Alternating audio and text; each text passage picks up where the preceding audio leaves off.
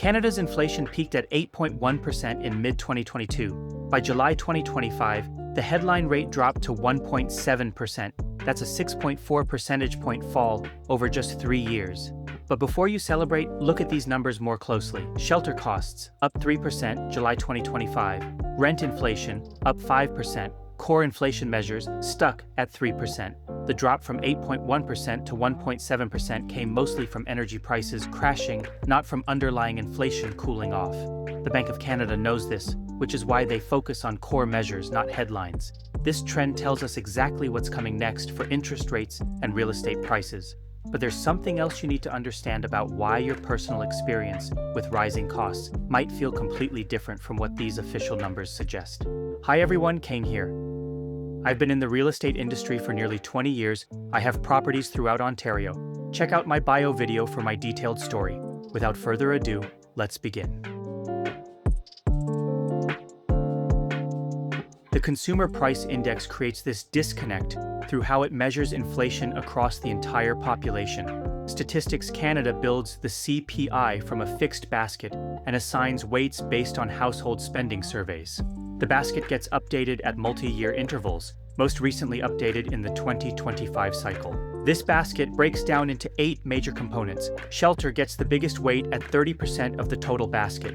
Transportation gets 17%, food gets 16%, recreation and culture gets 11%, household operations and furnishings gets 13%, clothing gets 4%, health and personal care gets 5%.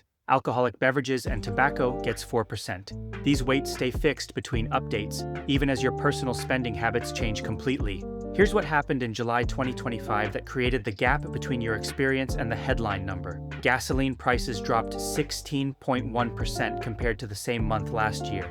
Meanwhile, shelter costs rose 3% year over year, and rent specifically jumped 5% during the same period. Statistics Canada treats owned accommodation differently and has published work on this measurement approach. But because gasoline's drop was so dramatic, it masked these increases in the headline number. Think of it like calculating a class average. If one student scores 95% and 4 students score 60%, the class average comes out to 67%. That average looks decent even though most students struggled. The CPI works the same way. One category with a big weight can make the overall number look better or worse than what most categories actually experienced. Food prices show similar complexity. Some fresh items rose while others stayed flat. Your grocery mix changes your personal experience completely. Statistics Canada maintains a food price data hub and has published videos explaining why CPI may differ from what you see in stores, but the core issue remains the same. This explains why your personal experience with rising costs doesn't match the 1.7% headline rate. The CPI basket weights don't reflect your actual spending patterns. You might not drive much, making gasoline price drops irrelevant to your budget. Your personal inflation rate depends entirely on what you actually buy and in what proportions. The problem gets worse when you realize that between basket updates, your spending habits change while the weights stay exactly the same. If you started working from home and stopped commuting, transportation takes up less of your budget. If you move to a more expensive apartment, shelter takes up more. The CPI doesn't adjust for these personal changes. The Bank of Canada understands this problem exists. They know that headline inflation can be misleading because of how the weights work. This creates a serious challenge when making decisions about interest rates. How do you set monetary policy when the headline number might not reflect what's actually happening to prices across the economy? That's exactly why the Bank of Canada has a 2% inflation target, but isn't cutting interest rates aggressively despite the 1.7% headline. They ignore that number completely and focus on what's happening underneath. The bank uses 3 core inflation measures that strip out volatile items like gasoline and fresh food. These measures are called CPI trim, CPI median, and CPI common. In July 2025, these core measures told a completely different story than the headline. CPI trim hit 3%, CPI average reached 2.6%, and CPI common came in at 2.6%. All 3 stayed well above the bank's 2% target, while headlines celebrated the 1.7% drop. CPI trim removes extreme monthly moves from roughly 40% of the basket every month. Think of it like removing the highest and lowest test scores before calculating a class average.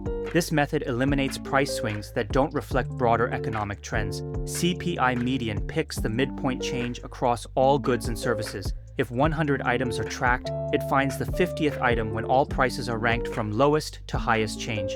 CPI common tracks price changes that show up across multiple categories at the same time, identifying inflation trends that affect many different types of goods and services. Central banks avoid basing policy on volatile commodity swings because those moves are usually outside domestic monetary control.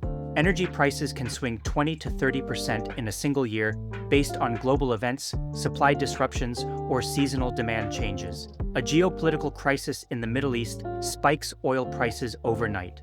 A mild winter crashes natural gas prices.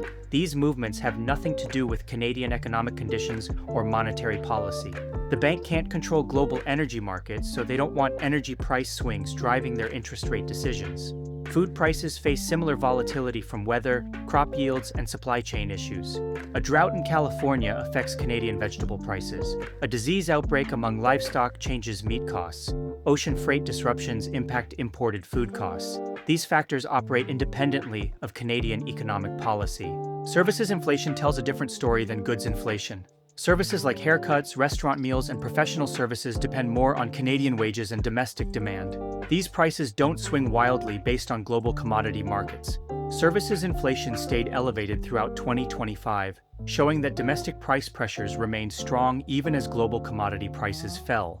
That's why the bank has been cautious about cutting rates. Underlying inflation remains above target and can keep borrowing costs higher for longer. The bank will wait for core measures to move sustainably toward 2% before easing policy. Core inflation reflects domestic economic conditions that monetary policy can actually influence. The gap between headline and core inflation creates a serious disconnect. While news headlines celebrate the 1.7% rate, the bank sees three core measures all running above 3%. This tells them that the economy still has too much inflationary pressure. The 1.7% number looks good in headlines, but the underlying trend shows prices are still rising too fast for comfort. Understanding this difference between headline and core inflation helps explain why interest rates might stay higher for longer than the 1.7% headline suggests. The bank sees through the headline number to the real inflationary pressure underneath. They focus on CPI trim, median, and common because these measures strip away the noise and show what's really happening to prices across the Canadian economy. But here's what makes this even more complicated for your personal financial planning. The official inflation rate, whether it's the 1.7% headline or the 3% core measures, might be completely irrelevant to your actual budget and spending patterns. Your spending pattern determines what inflation rate you actually experience. A 25-year-old renter in Toronto faces completely different inflation than a 35-year-old homeowner in Calgary. The official 1.7% rate might be meaningless for your actual budget. Go to StatsCan's personal inflation calculator, enter your monthly spending shares across categories, housing, food, transportation, etc., and it calculates a personalized inflation rate and shows which categories drive it. The results can be eye-opening and explain why your budget feels tight even when headlines say inflation is low. If you rent, spend 40% of your income on housing, and eat out frequently, your personal inflation rate could be 4 to 5%, even when the official rate is 1.7%. The math works because your spending pattern doesn't match the government's basket weights. You experience more inflation in categories that hit your wallet hard and less inflation in categories you don't spend money on. Here's how the housing math breaks down. Rent inflation hit 5% in July 2025. The CPI gives housing a 30% weight, so the CPI counts 0.3 times 5%, which equates to 1.5 percentage points from housing. If your personal housing share is 40%, your contribution is 0.4 times 5% equals 2 percentage points. That's a 0.5 percentage point higher contribution than the CPI just from housing alone. Food inflation varies wildly by category. Statistics Canada's Food Price Data Hub shows that fresh vegetables might be up 8% while packaged goods are flat. Your grocery habits determine which inflation rate you actually experience. If you shop at farmers markets and buy organic produce, you face much higher food inflation than someone who buys frozen meals and canned goods. Take two examples that show how different your experience can be. A young Toronto renter who spends 40% on housing and eats out regularly, faces high shelter inflation from rising rents plus elevated restaurant prices. Meanwhile, a suburban homeowner with a fixed mortgage rate experiences lower shelter inflation but might face higher costs for home maintenance and service. Each situation creates a completely different inflation experience. The CPI assumes you buy a car every few years, spend money on hotel stays, and purchase home furnishings regularly.